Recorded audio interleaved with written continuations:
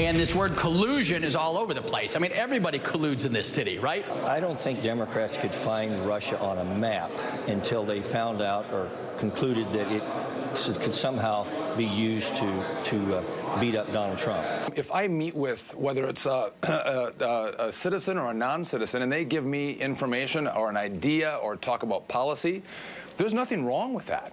The ongoing effort to normalize Russia, and more specifically normalize the meeting that took place in Trump Tower. Those were Republican members of Congress responding to questions about this Russia investigation, and that meeting involving Donald Trump Jr. and then some, a Russian lawyer, a list of others that grew today, thanks to our own Ken Delanian. Well, all that having been said, joining us tonight to talk about it, Bloomberg White House correspondent Shannon Pettypiece is back with us. Her latest report tonight, and we'll ask her about it, is second Russian's role at Trump Jr. meeting raises questions. And new to our broadcast, politics editor for The Root, Jason Johnson, is with us. And longtime libertarian radio talk show host Jim Sharp is with us from his home state of Arizona. So, Jason, you get to go first. We saw just that relatively small sampling of GOP members of Congress, but we know they represent a larger group. We also know that the Russian obsession is not shared by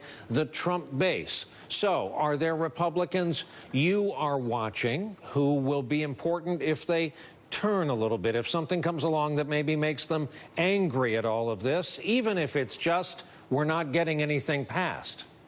Yeah, Brian, I think most of those things are likely to happen. Number one, the Republicans in the House and Senate right now, they're still desperately trying to get an agenda through, so they'll tolerate this until they think it's going to have serious electoral consequences. But I do think this, if we're perfectly candid about it, I think a lot of these leaks are very likely coming from people within the administration. They're likely coming from Republicans. This isn't some mysterious conspiracy deep state. These are very likely loyalist Republicans who sold their souls to be a part of this administration. They're disappointed in Donald Trump, and that's how this information is getting out. So I think the leaks themselves and the fact that we found out about this meeting is an indicator that some Republicans have already turned on this administration. And Shannon, some of your reporting today that I found very interesting and important, you doubled back with the Clinton campaign because they've been named throughout in this story but not dwelled on. So tell the good folks in our audience what you found out. The question I had was, so if this lawyer and this lobbyist, let's say they were just going around to the Trump campaign trying to say, hey, listen, if you're elected, there's this important Magnitsky Act and this adoption program. We want you to know about it. We'd love your support, doing lobbying work like any other lobbyist would do. Well, if they were out there doing this and they've been doing it aggressively on the Hill, did you go to the Clinton campaign and talk to them about it? So my colleagues and I, Margaret Talev, went through a number of Clinton sources. And at the end, we found that no, the Clinton campaign was able to definitively say they were not contacted by these two individuals who were at this Trump Tower meeting. They did not meet with them. They do not know these people. They have no connection. So there, at least with these two, there was no effort being made to also try and reach out to the Clinton campaign and sway the Clinton campaign in some way to come out against this act or to do any sort of quid pro quo if Hillary Clinton was to become president. And Jim, by way of welcoming you to the broadcast, before I come to you, I want to play something I know you've seen and heard, and members of our audience may not have. There was a moment, a genuine moment today on Fox News. Shep Smith was talking to Chris Wallace, two of their straight news guys. They were talking about this Russian meeting in Trump Tower with Don Jr. As new details broke during their conversation, it was notable if you witnessed it. Here it is. We'll talk about it on the other side. Fox News can now confirm more. Donald Trump Jr., Jared Kushner, Paul Manafort, the lawyer from Russia, the interpreter, this new guy we found out about today, and a mystery person. John Roberts confirms there was an eighth person in that meeting. We don't know, there may have been more, but there was an eighth. Jared Kushner filled out his form, I think it's an F-86, saying who he'd met with and what he'd done. Very important stuff. You can go to prison for messing it up, you know, intentionally. He went back and added 100 names and places. None of these people made it. They're still not clean. We're still not clean on this, Chris.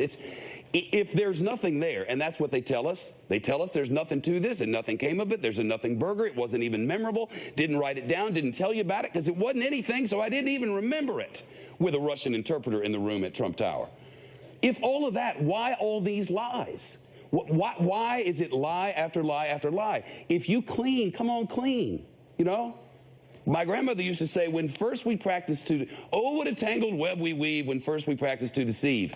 The deception, Chris, is mind-boggling. And there are still people out there who believe we're making it up.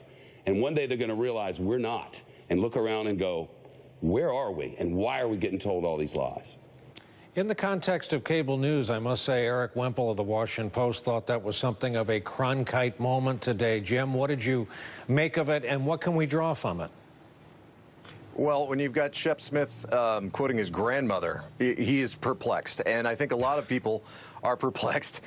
There's a lot of things that I think, that Donald Trump and the administration could be talking about that are positives. And unfortunately, they've now found themselves in this situation where this is all they are talking about.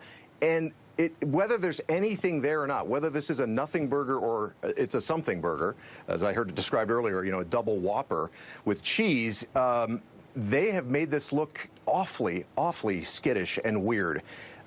Just get out there. I did crisis communications as part of my career, and this is something I would never, ever tell anybody to do, and that is change your story several times. It just doesn't look good. It's almost like we don't know that an arson actually happened. There's an alleged arson, but they're basically saying, I was holding a match at the time of the alleged arson. It really is just mind-boggling that someone who's been so successful in life as Donald Trump has been in a lot of areas, you have to admit that, is not being very successful at this. Well, it's a good place as any to put a pause in our conversation. We'll fit in a break. We'll be back with Jim and Jason and Shannon, and on the other side, we'll talk about what was to be a major signature initiative, and that's health care. That and then some when we come right back.